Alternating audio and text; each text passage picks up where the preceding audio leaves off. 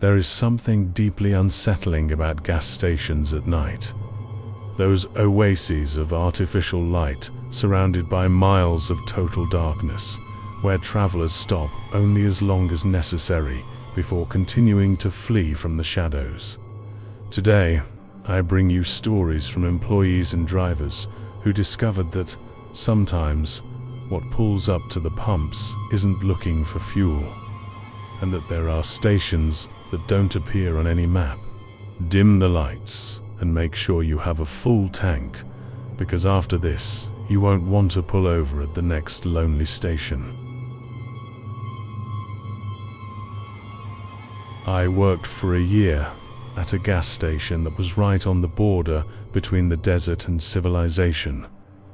At 3 a.m., the place is usually a cemetery of white lights. One Tuesday night, a black sedan, old but impeccable, entered slowly and stopped at pump number 4. He didn't turn off the engine. The exhaust sound was a constant and low rumble that vibrated the store floor. I waited a few minutes, but no one got out. I left the booth, put on my vest, and approached the car. The windows were so polarized that it was impossible to see the interior, even with the powerful light from the station lamps. I knocked softly on the driver's window. "Shall I fill the tank, sir?" I asked. No response. The engine kept running, releasing white smoke that slowly dissipated in the cold night air. I knocked again, this time harder. The glass was icy, much more than a car's glass coming from the road should be. I brought my face close to the glass, trying to shade with my hands to see something. The only thing I could make out was the silhouette of someone in the driver's seat, perfectly still, with hands placed on the steering wheel in the 10 and 10 position. He didn't move, didn't breathe, didn't even blink. I felt a pang of fear, thinking that perhaps the driver had had a heart attack. I decided to go around the car to see if there was anyone else. When I reached the back, I noticed something that made me step back. The car had no license plate, not even the space to put one. The body metal was a single smooth and dark piece. At that moment, the door locks popped at the same time, with a metallic clack, and all the windows began to lower slowly, a few millimeters at a time. I stood paralyzed as the glass lowered. The smell that came from the interior was not that of an old car, but the smell of a room that has been closed for decades. Dust, humidity, and something like church incense. When the driver's window stopped halfway, I could finally see who was at the wheel. It wasn't a man, not even a corpse. It was a figure made of what seemed to be compacted ash, wearing a grey suit that disintegrated before my eyes. The figure had no face, only 2 deep sockets where the eyes should be, and its mouth was open in a silent and eternal scream. Despite the engine still roaring powerfully, the interior of the car was in absolute silence, as if the vehicle were a bubble outside our time. Suddenly, the figure turned its head towards me with a mechanical movement, a crunch of dry bones that broke the air. It said nothing, but in my mind, I heard a voice asking, "How much longer until we arrive?"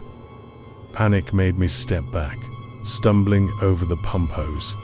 In that instant, the engine gave a violent rev, releasing a cloud of black smoke so thick that it blinded me completely. I heard the screech of tires against the pavement, but when the smoke cleared just 3 seconds later, the station was deserted. There was no trace of the black sedan, no skid marks, no smell of fuel. Pump number 4 read 0.00, as if no one had touched it. I ran into the office and checked the security cameras. In the video, I can be seen going out to the loading bay, talking to the air and hitting the void in front of pump 4. The car was never there physically, but my fingerprints were marked in the air, suspended at the height where the window should have been. That night, I understood that some roads not only connect cities, but eras and states of existence, and that customer wasn't looking for gasoline, but a direction to get out of a road that no longer exists. I work at a lonely gas station on the outskirts of the city, on a road that winds through forgotten fields and dense forests. My name is Jake, and my night shift is from midnight to 6 in the morning. It's a boring job, but it pays the bills. The gas station is old, with rusted pumps and a dusty mini-market that sells stale snacks and burnt coffee. And then there's the payphone. It's been there since the 80s, a faded red relic hanging on the exterior wall next to the bathroom door. No one uses it since cell phones became ubiquitous. In fact, it's broken. I know because I tested it once. The line is dead, no tone, nothing. Just absolute silence when you pick up the receiver. That November night, the wind howled like a hungry wolf, and the rain pounded the metal roof like impatient fingers. It was one of those nights when no one passes. Just me, the hum of the neon lights, and the tick-tock of the wall clock. I sat at the counter, reading a worn book about urban ghosts, trying to stay awake. At 2:17 a.m., I heard something, a sharp, piercing sound. At first, I thought it was the wind, or maybe an insect hitting the window, but no, it was the phone. The payphone was ringing. I was paralyzed. How? I looked up, and there it was, the receiver hanging, but the bell was ringing, insistent, as if someone was calling from the other side of the world. I stood up slowly, my heart pounding in my ears. I walked to the door, pushing it to go out into the rain. The phone kept ringing, its metallic bell cutting through the night. I reached out hesitantly and picked up the receiver. "Hello?" I said, my voice trembling. Silence. Only the crackle of the rain and the wind. "Hello? Is anyone there?" Nothing. I hung up, thinking it had been an illusion. Maybe a short circuit, or the wind moving something. I went back inside, but I couldn't concentrate. 10 minutes later, it rang again. This time, I rang. I picked up the receiver. "Who is it? This isn't funny." A voice. Weak, distorted, as if coming from an old recording. "Jake, help me." It was a woman's voice, familiar, but I couldn't place it. "Who are you? How do you know my name?" The line crackled, and then I'm trapped at the gas station. "Help me, Jake." I hung up abruptly, sweat beading on my forehead. Who the hell was it? I didn't know anyone who could be calling. The gas station didn't have an active phone line. I'd checked with the owner. It was impossible. But the phone rang again. This time I answered faster. "Stop calling. This isn't real." The voice returned, clearer now. "Jake, it's me, Sarah. Don't you remember? The night of the accident, Sarah, my sister. She died 5 years ago in a car crash right on this road. Her car went off the road, rolled into the ditch. They found her at dawn, trapped in the twisted metal. But how? Why now? Sarah, is it you? Where are you?" My voice broke. The line was full of static, as if the signal came from another plane. "I'm here, Jake, at the gas station. The phone. It connects me, but I can't get out. Help me cross over. Cross over. To the other side. To death." I shook my head, but I didn't hang up. "Sarah, you're dead. This can't be." She laughed, a hollow, empty sound. "Dead, yes. But I haven't crossed over. The phone keeps me here. Every night I call, but no one answers. Until you." The wind intensified, whipping the rain against my face. I looked around. The gas station was empty, dark. But in the window reflection, I saw something, a shadow moving behind me. I turned, but There was nothing. Jake, come to the phone. Touch me. Help me go. I don't know why I did it. Maybe from repressed pain, from years of guilt. I reached out, touching the receiver. It was like an electric shock. My vision blurred and suddenly I saw flashes. The accident. Sarah's car spinning. The impact. Her screaming my name. Jake, help me. And then the gas station. She was there, in the phone, her spirit trapped in the broken line. I stepped back, falling to the wet ground. The phone kept ringing, but now the voice was a chorus. Sarah and others. Voices of road accident victims. Help us, free us. I tried to hang up, but the receiver wouldn't let go. My fingers were stuck, as if an invisible force held them. I struggled, pulling with all my strength. The phone shook and I heard a scream, Sarah's, but distorted, enraged.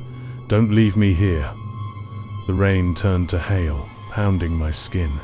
I saw shadows on the road, ghostly figures approaching. They were them, the spirits, drawn by the call. Finally the receiver came loose. I fell to my knees, gasping. The phone went silent, but when I stood up, I saw something on the ground. A photo. It was of Sarah, taken the night before her death. How did it get there? The rain soaked it, but her smile was the same. Since that night, the phone hasn't rung again. But every shift I look at it, and sometimes in the rain, I hear whispers. Jake, help me. I know that if I answer again, I won't be able to escape. The spirits wait on the line, and I am the bridge. Maybe someday I'll answer and cross over with them. I work at a lonely gas station on the outskirts of a forgotten town, on a rural road that winds through abandoned fields and dense forests. My name is Elena, and my night shift is from midnight to 6 in the morning. It's a monotonous job, but it pays the bills. Filling pumps, cleaning the dusty mini-market, and watching for thieves. The gas station is isolated, with only the hum of the neon lights and the occasional distant engine roar. Few cars pass after dusk, and when they do, it's a relief in the oppressive stillness. But a few weeks ago, I started noticing something strange. The same vehicle passes every night, at the same time, exactly at 3:17 a.m. It never stops, it just accelerates, its headlights cutting through the darkness like knives, and disappears around the curve toward town. The first time I saw it, I was sitting at the counter, sipping cold coffee and looking through the fogged window. It was an old pickup truck, a Ford F-150 from the 80s, rusted and with faded black paint. The rear bed was covered by a tattered tarp that fluttered in the wind, and the engine rumbled low, as if pushed to its limit. There was no visible driver, just shadows in the cab. I thought it was a nighttime farmer or someone hauling illegal goods. But the next day, I asked in the nearby town. No one knew such a truck. Maybe it's a ghost, the shopkeeper joked, but his laugh was nervous, as if he knew more than he said. The second night, at 3:17 on the dot, it passed again. This time, I approached the glass door, my heart pounding hard. The truck was identical, rusted, with the rear bed covered, yellow headlights. It accelerated without slowing down, and I swore I heard a muffled scream from inside, as if someone was struggling. A scream. I shook my head.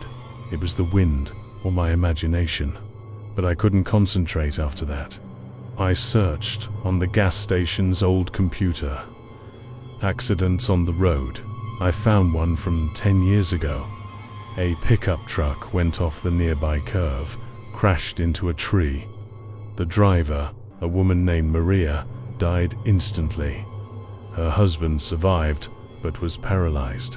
They said she was going too fast, fleeing from something. From what? It was never known. That night, the truck passed again. And again. Always at 3:17. I started waiting for it, sitting in the counter chair, timing it. Why didn't it stop? Where was it going? One night, I decided to follow it. I ran out to the road, keys to my car in hand, and chased it. The road was empty, but I saw the truck's headlights turn the curve. I sped up, but when I reached the curve, there was nothing. The truck had disappeared. Only the echo of its engine resonated in my head like a persistent whisper. I returned to the gas station, trembling. The next day, I investigated more at the town library. Maria's accident happened exactly at that curve. Her husband, in old interviews, spoke of visions Maria appearing in the rearview mirror, screaming for him to brake. He died obsessed, swearing she was chasing him. Was it her truck I was seeing? Replaying the night of the accident over and over. The following nights, the truck passed without fail. But now, I noticed the details. The windshield was cracked, like after an impact. And in the rear bed, under the tarp, a shadow moved, the silhouette of a woman, with hair blowing in the wind, eyes fixed on the road. One night, I dared to go out. I stood on the roadside, next to the pumps, waiting. At 3:17, the truck appeared. It slowed slightly, as if it saw me. I saw the driver's face, Maria, pale, with blood on her temple. Her lips moved, "Help me." The truck accelerated, but this time, it left something behind. A noise, a cry. I ran back to the gas station, locking the door, but the sound persisted in my mind. At dawn, I found tracks on the asphalt, fresh tire marks matching the pickup. I couldn't take it anymore. I called a skeptical friend to come. That night, we waited together at the counter. At 3:17, the truck passed. My friend saw it too. "It's real," he whispered. But when he tried to follow it, his car wouldn't start. The pickup's engine roared louder, and I saw Maria turn her head. "Join me." Since then, the truck passes every night. But now, it stops, right in front of the gas station. The headlights illuminate me through the window, and I hear the engine idling. Maria looks at me, reaching out. I know that if I go out, she'll take me with her. The road is an eternal loop, and I am next. Every night at 3:17, I wait, and the truck always returns. The next time you see a bright light in the middle of a deserted highway, think twice before stopping.